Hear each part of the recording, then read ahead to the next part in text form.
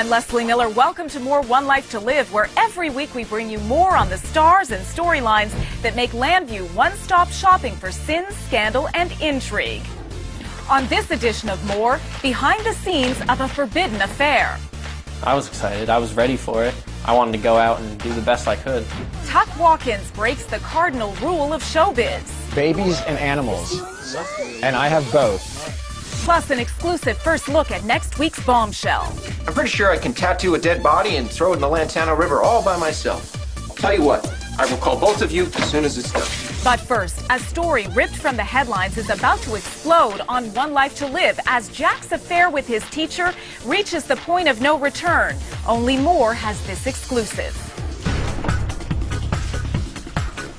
When I heard Jack was going to get into this relationship with the teacher, I was excited and, of course, nervous because I've never had a love affair on the show before. You meet a girl in a coffee shop and you end up going home with her and having sex. It's kind of unexpected, especially for a 17-year-old.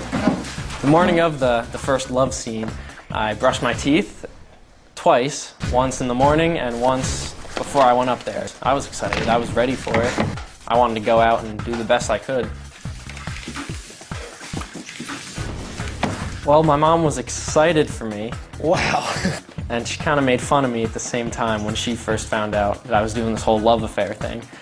You know, it takes lots and lots of practice. I heard about the storyline because I was snooping in Andrew's room and found his scripts. You're beautiful. You're not so bad yourself. And I was actually pretty excited by it because it's a great topic. If I was in Blair's position and found out that my son was dating a teacher, I would go berserk. Jack! Oh, thank God, where are you? Honestly, I got caught up in what I was doing and completely lost track of time. I think Jack's going to be one messed up kid because Mama Blair is not going to be happy with this if she finds out. Who's that woman you're with? You know who I'm with? Answer my question. I was with my English teacher. People are gonna find out. Do you know that guy? Yeah. It's gonna be interesting, and I don't know how much more I can say, but you guys are gonna like what we have. So is this affair love, lust, or is there more going on than meets the eye? We tracked down the One Life to Live team for the inside scoop you'll only see on More. So I think the Jack and Kate storyline is interesting because it's something you see in the news every month now. You know, a teacher sleeping with a student, that kind of thing happens a lot. And I think that's why the writers wanted to explore it on the show. Jack is 17 and it becomes a question now, is he responsible to know what he's doing on his own? Or is the teacher, taking advantage of a younger student like this? Interestingly enough, the age of consent in Pennsylvania is 16. So it's not a felony in Pennsylvania, except that Kate is his teacher. She's in a position of authority. So it is considered a felony, it is a crime. And down the line, in the next 3 episodes, we're going to see the repercussions of that. It can really blow your mind. The first time, Kate doesn't know that Jack's his student, so I feel like it's maybe a little more okay because, they didn't know what was going on. Nice to meet you. It's nice to meet you too. Now that Kate and Jack have slept together again and she knows that he's his student, she's definitely in too deep now. She's in a lot more trouble. I gotta go. My mom's gonna kill me. Jack's affair seems to be making the grade with fans who can't seem to get enough.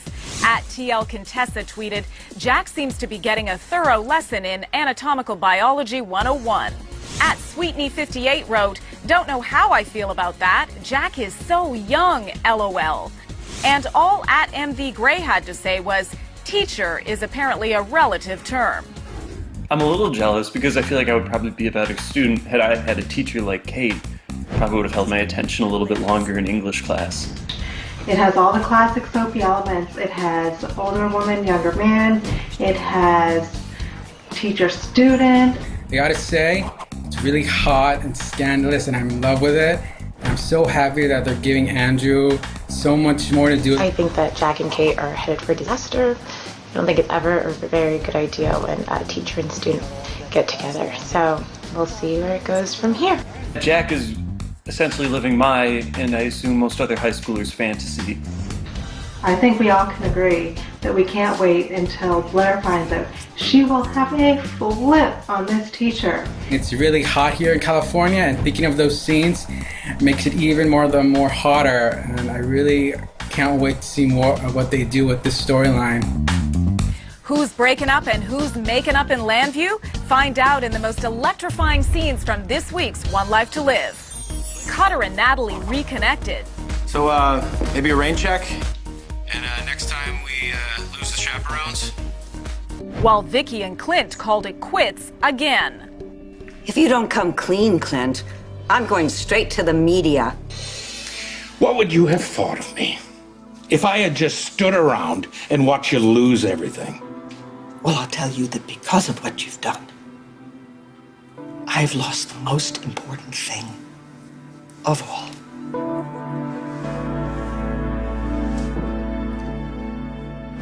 Is it love on the rocks for Dorian and David? Back off, bitch! Now! And will Danny keep her promises?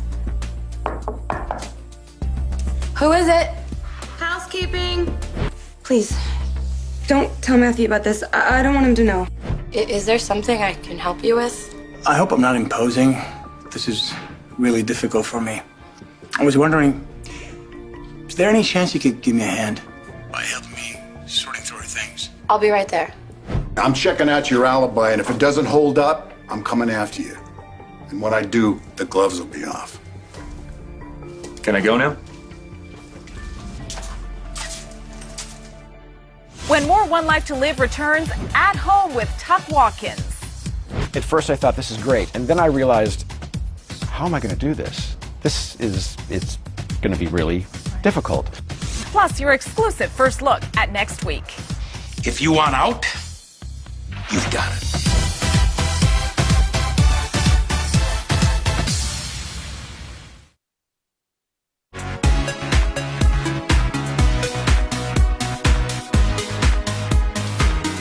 Welcome back to more One Life to Live.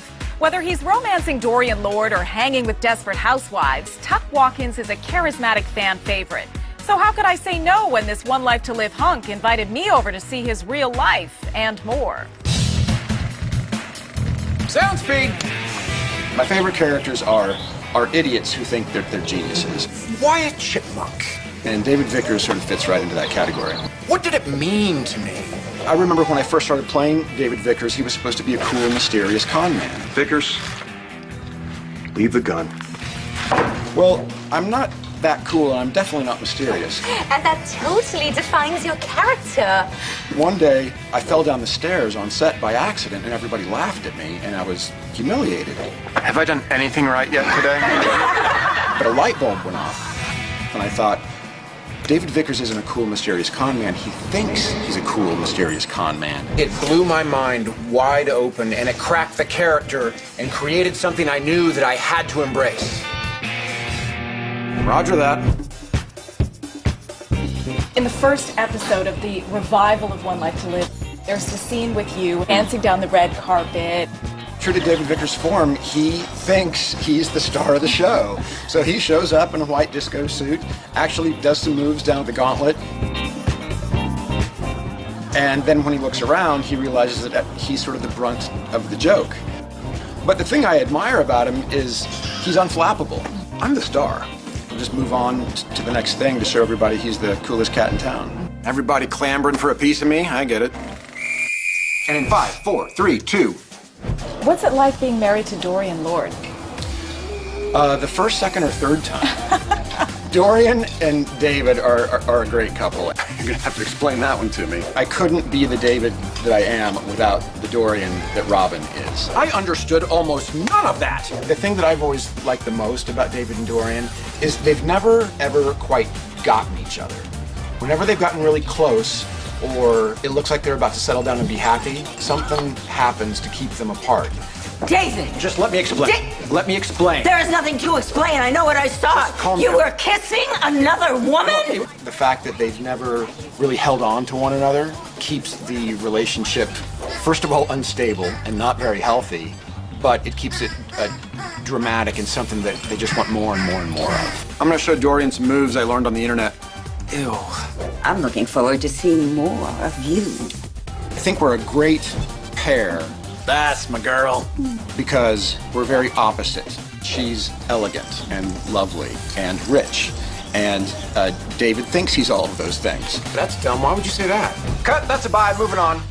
Tuck gets personal about coming out, fatherhood, and more in just a few minutes.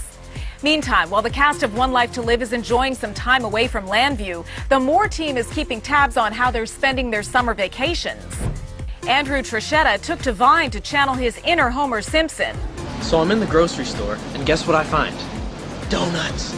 Jelly donuts are delicious. Patrick J. Gibbons is getting some rays and lots of attention on the beach. Don't forget your sunscreen, Patrick. And no weekly cast roundup would be complete without an update from Robin Strasser, who tweeted in this tip for the homemaker and all of us.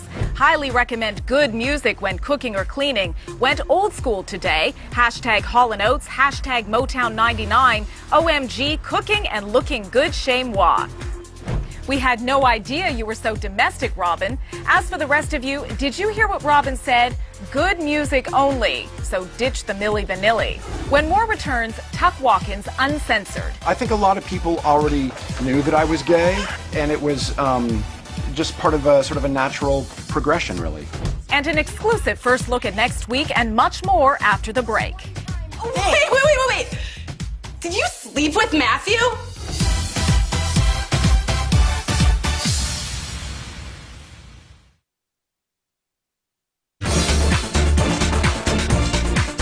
Welcome back to more One Life to Live.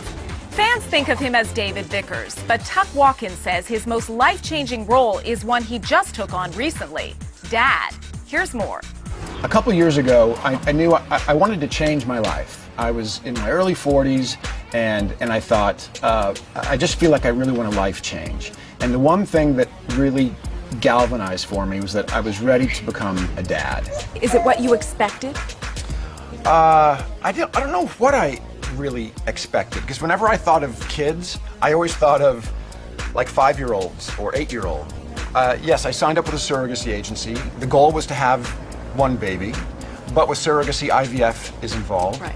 And so there was more than one embryo transferred, and 2 took. At first I thought, this is great, and then I realized, how am I going to do this? I think Hillary Clinton is the one who said it takes a village to raise a child. Yes. Well, it takes a bigger village to raise twins.